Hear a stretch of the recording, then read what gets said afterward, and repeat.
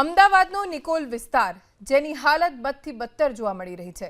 નિકોલ ગામના રસ્તાઓ અત્યંત બિસ્માર હાલતમાં છે, સાથે ગંદકીનું સામ્રાજ્ય છે।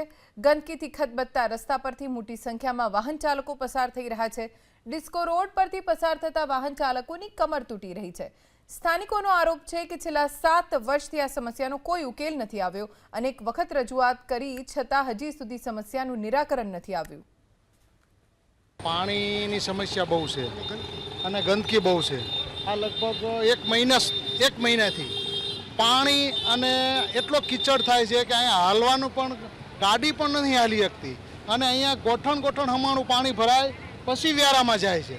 તો હું એવું કહેવા માગું છું કે આની પહેલાં પાણી વરસાદ પડે ને તરત પાણી જાય એવું સરકાર કરે તો વધારે સારું। 2 દાડિયા પાણી ઉતરે છે તારે અને પછી કીચડ આખી સોસાયટીમાં થાય।